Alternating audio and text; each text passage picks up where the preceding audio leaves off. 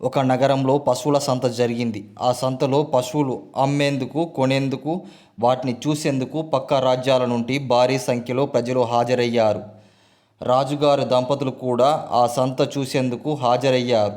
ప్రజలంతా రాజు, రాణి కోసం వేచి చూస్తూ ఉన్నారు.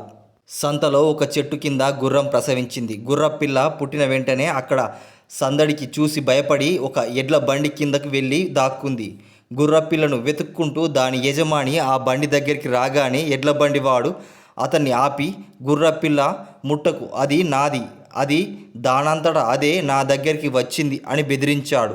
కాదు, అది నాది, అది పుట్టగానే ఈ సంత సందడి వల్ల భయపడి ఇక్కడికి పరిగెత్తుకుంటూ వచ్చింది అని గుర్రం యజమాని ఎంత చెప్పినా ఎడ్లబండివాడు వినక తగవులాడడం మొదలుపెట్టాడు.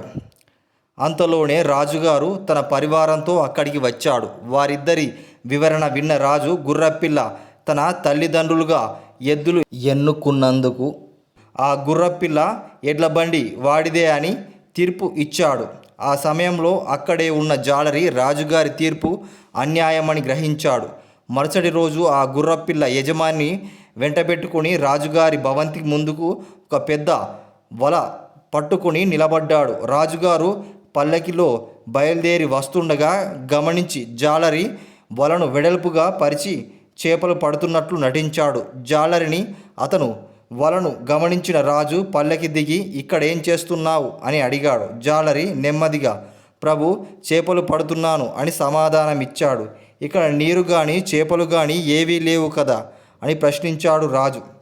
జాలరి, ఎద్దుల బండి ఒక గుర్రపిల్లకు తల్లిదండ్రులైనప్పుడు ఇక్కడ చేపలు ఉండలేవా అని జవాబిచ్చాడు.